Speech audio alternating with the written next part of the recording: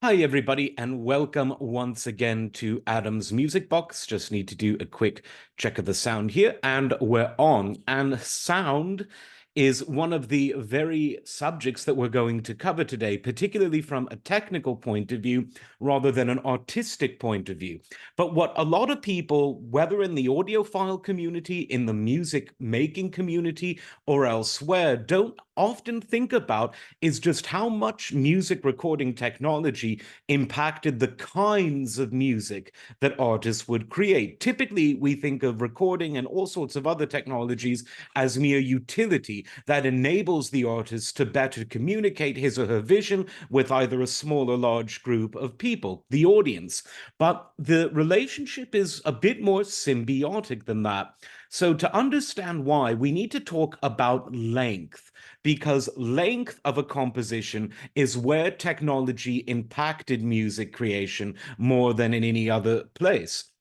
So, to start off, let's go back to the era before recorded sound, which is from the beginning of time when primitive humans decided to make what they called music, right up to the tail end of the 19th century.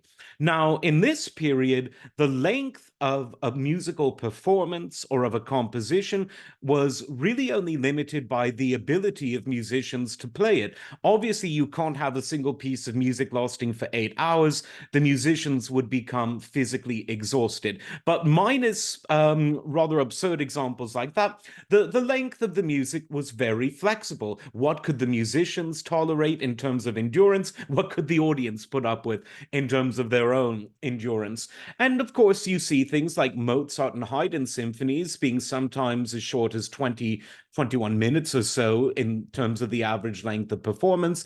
Beethoven symphonies became longer. And by the end of the 19th century, you have people like Bruckner. Many of his symphonies lasted well over an hour, and that trend tended to continue into the early 20th century. Now, all of these trends I'm talking about came really before the era of recorded sound. In Bruckner's very late lifetime, there were some very primitive experiments with recorded sound, but Bruckner's era didn't really coincide with the era of commercialized recorded sound. That came ever so slightly later. Now, the original recording format that really became popular to a degree among consumers were, of course, cylinders. They literally, oh, they kind of looked like a soup can.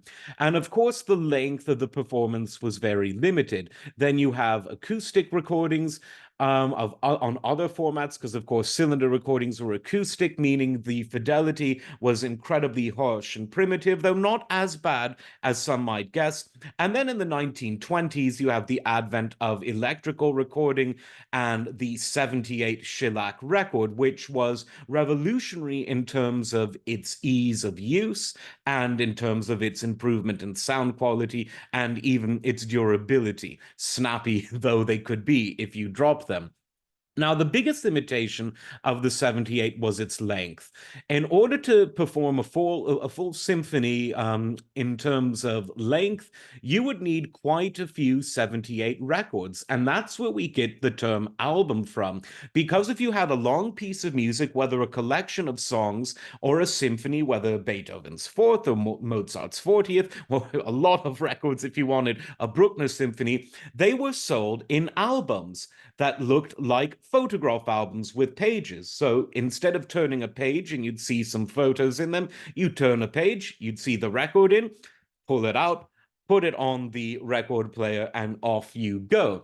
Not the most convenient thing if you are listening to a lengthy piece of cohesive music like a symphony, but that's what you had to do for the simple reason that the symphony, as a form of performance and composition, was invented prior to the advent of the 78 record. Therefore, the new technology had to adapt to the old style of music, and it did so by inconveniencing the listener, because the listener had to pick up and change the record, both in terms of sides, but also in terms of multiple records in the album. This conundrum of length was solved in almost entirely in 1948 with the advent and release of the LP, the long playing record. There were some format wars in terms of sizes, debates between 10 and 12 inches. 12-inch became the standard for the long playing record. And here, not only did you have supremely, and I mean supremely, improved fidelity, so much so that many sound as good as any technology that came subsequent to it. This is especially true when stereophonic recording came into prominence in the late 1950s. But beyond just the improvement of fidelity, you could now have your average length symphony on a single disc. With the exception of Beethoven's Ninth, your Bruckners, your Mahlers, things like that, the average symphony of Beethoven, of Schubert, of Dvorak, etc., certainly Mozart or Haydn, could all fit on a single disc. And rather than having to change sides and change discs, all you had to do is change sides once, usually between the second and third movement. And this didn't really feel like too much of a big deal because plays, musicals, and even many longer films at this time had intermissions. So you had a little intermission to change from side one or side A to side two or side B. Pretty simple. So that really freed the symphony from the inconvenience of the 78 record album, and the LP was revolutionary. What then of music that isn't long, of the song, the 2 to 3 minute song, something that of course existed well before the invention of recorded sound, and because of the enduring popularity of songs of all genre, will probably last well into the future when new technologies are invented. Well, of course, you could put a collection of songs on an album, and you and many people did. And you might notice there that I referred to an LP as the album. Why did I do that? Well, because old nomenclature, old terminology dies hard. And so even though the flipping of the album for a 78 collection was now over, the term LP became used interchangeably with album. That's just the way we've retained a very old term and we've now applied it to a much more modern music format. And the LP endures. You can still buy LPs, aka albums, from places like Acoustic Sounds, Mobile Fidelity in terms of the audiophile world, and now many down market and indie record labels are repressing the LP too. So while the 78 has been dead really in the Western world since the mid 50s, and among wealthier people since the early 50s, the LP remains, albeit in a niche market, either for audiophiles or for hip type of people who think that the album art is cool, which it is. So, what of these songs? Well, with the advent of the LP for a collection of songs rather than a single cohesive piece, a symphony or an opera, we have the invention of something you never had before, and this is filler. Now, filler is the term used in the music industry for a record, for an LP, when you have, let's say, 2, maybe 3 hit songs that everybody likes, and the rest of the stuff was written and recorded quickly just to get something out. It's the stuff that you skip over, the songs that no one really cares about. The problem with this is that you were sort of wasting all of this space. Why not just release a single? Because, of course, the single remained, and it was on the Microgroove 45 LPM record rather than a single on a 78 disc. So people started to think, what do we do about this filler problem? And something got invented called the concept album. Now, there are always questions about who created the first concept album. I would have to say that some of Frank Sinatra's albums, which revolved around a specific theme, loneliness, wee small hours, swinging lovers, songs with strings. That's my favorite album, Sinatra with Strings, a wonderful, wonderful Don Costa arrangement. All of these had a theme, whether a musical theme, a psychological theme, some sort of playful theme. And this was really the birth of the concept record. And notably, none of these albums really had filler on them. Each of the songs really spoke to a cohesive musical statement that Sinatra was trying to make. I think he made his statements very successfully. And it didn't necessarily catch on to other artists because Sinatra was always artistically in a league of his own, not only because of his absolutely superior voice, but because of his superior arrangers and producers. But it took a while for this to catch on, and it was really the rock world that took that took the LP by storm and allowed it to inspire rock and roll music. So let's just jump back a bit. So the symphony and the opera and the song all existed before the advent of electricity, let alone of any sort of modern electronic recordings or acoustic recordings for that matter. Rock and roll did not. Rock music was invented well after the age of recorded sound. And so perhaps it's fitting that it was rock bands that were the first to allow the LP to shape and inspire the kind of music that they would do.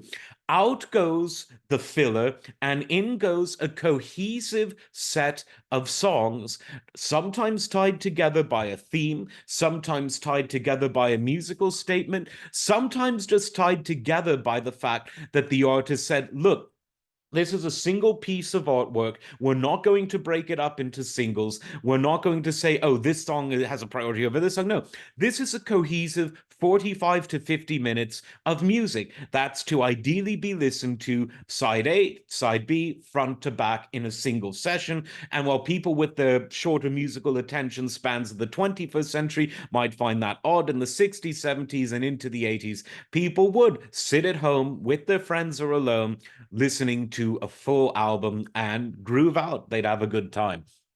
So then we get to 1967 with Sgt. Pepper's Lonely Hearts Club Band by the Beatles, which is typically thought of the first concept album as we know it. They took that Sinatra format and really ran with it, making an album that was a solid piece of art. You could break it up into highlights, just as you can break up an opera into highlights or listen to a single movement of a symphony by itself. But really, Sgt. Pepper was intended to be listened to as a cohesive piece of music. Also in 67, we have one of my favorite concept albums of all time, Days of Future Past by the Moody Blues. It was initially meant to be an album that demoed hi-fi stereophonic sound, and the record label DRAM initially wanted them to do a rock and roll version of Dvorak's Ninth Symphony from the New World. Instead, they said, we're going to write our own music, and it was magical, wonderful. It was about the day in the life of an everyman and exploring the philosophical thoughts that he had, beginning with dawn and ending with nights in white satin. Very wonderful concept album. A few years later, in 73, we have what's generally thought of as the highest selling concept album of all time with Dark Side of the Moon. And now we're really in the age of the concept album.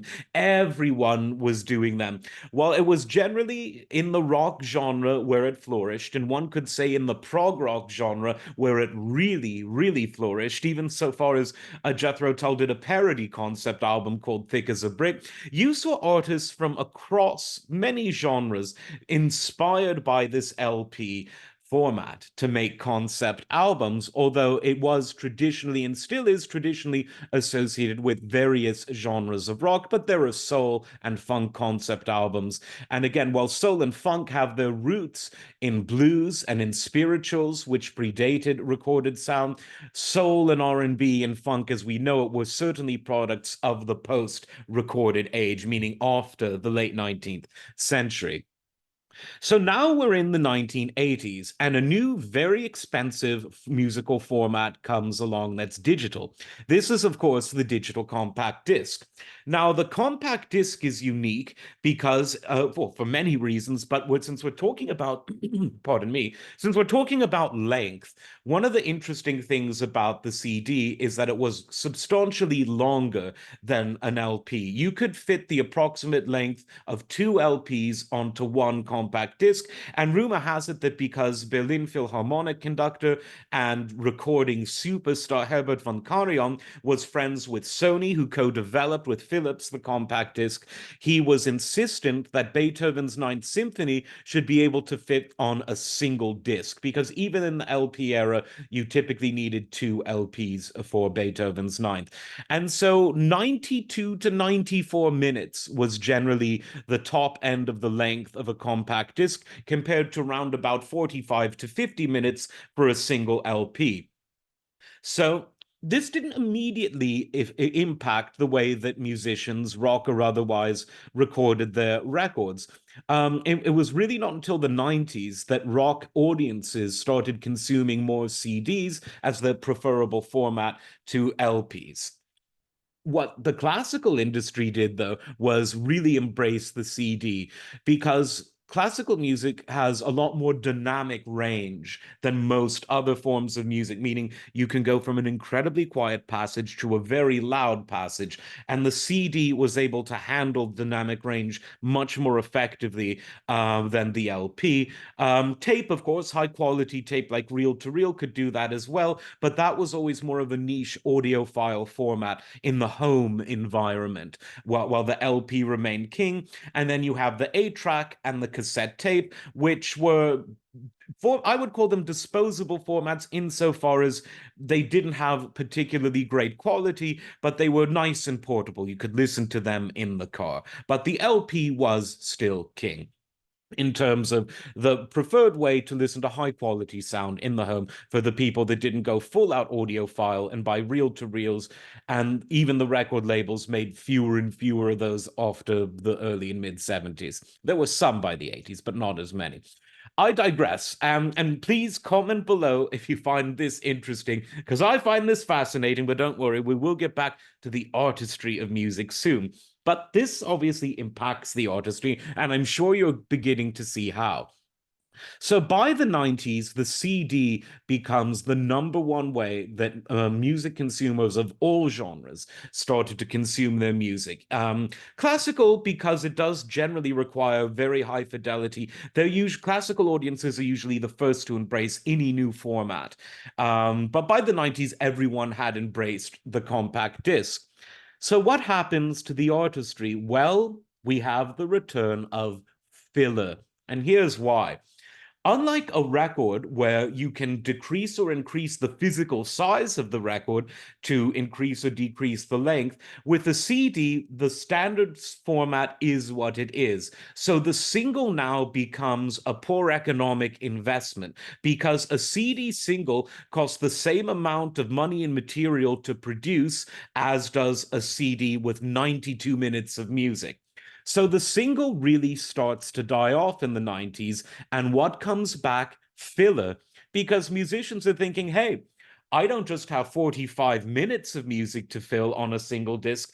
I now have 90 minutes plus to fill. And by God, I'm going to fill it. Some artists could do it, many could not. And so a lot of this probably led to the creation of Napster, because CDs were notoriously expensive. And even by the 90s, the price of an average CD never became equal to the price, even adjusted for inflation, of an LP in the 80s. The CD, even though in many ways was cheaper to produce than the LP, the industry kind of gouged people, frankly, on the CD. And anyone shopping for music in the 90s will be very familiar with this. So we have a high quality format, but it's overpriced. And filler is back, because unless you're Wagner or Beethoven, it's going to be hard to fill 92 minutes with original music without resorting to filler. For greatest hits albums, of course, it's great because you can put more tracks on them than on a greatest hits LP. But I think you can see where the problems are beginning. So enter the internet, and we go full circle with this. We return to an era where the length is now no longer limited by physical constraints. You can put as much or as little of music as you want in a file. All you need is hard drive space. And with the advent of P2P sharing with Napster and later with cloud streaming, that really doesn't become a relevant issue. If someone wanted to compose 12 hours of experimental music and say this is a single cohesive piece of music, you could upload it to Spotify as a musician tomorrow, or Apple Music, or Amazon, or anything, any YouTube, anything. So, how did the artists respond? Well, they gradually started to give up on the album format because unless you're talking about artists that are very much invested in the concept format, or classical artists doing long form music, some jazz artists doing long form music, popular music reverted to its roots. And what is the root of popular music? The song. The song which has its roots in folk music. And so you see the return of the single, both in name and without name, because with Spotify or Napster before it, you could arrange whatever songs you want. So, okay, I'll take this song from this album, download it here. I'll take this single, I'll take this album track. And so, sort of magically, everything becomes a single and nothing becomes a single. So now that we have legal online music streaming, and that's the most popular way for all people to listen to music, the single is once again king, and longer pieces of music can be any length. You see some albums, yeah, some albums that are 25 minutes in length. Traditionally, that might have been called an EP. You can see some that are 40 minutes. You can see some that are over 2 hours. Some artists that still go very experimental and very conceptual, such as Kanye West or Ye, who we talked about a few weeks ago, still release some very lengthy albums, no longer constrained by needing a single LP or even a single CD. So it's a free for all because the format allows it to be so. Now, has online music invented, sorry, has the online technology, digital streaming, has it invented a new style of music from an artistic point of view, the way the LP did? Not so much. It's simply taken the shackles of a physical format away from the artist. And so, looking back at the last 100+ years of recorded music technology, the LP does stand as something very unique, and that it gave birth to the idea of 45 minutes of continuous rock, jazz, or pop music as a singular music listening event. There was nothing like that before and nothing quite like it since, because we've gone from extreme limitations when recorded sound was invented, to no limitations in the internet age. And this comfortable in between of the long playing record did frankly produce some of the best music of all time. Let me know what you think, like and subscribe as always, and we'll be back with another video very soon. Bye, everyone.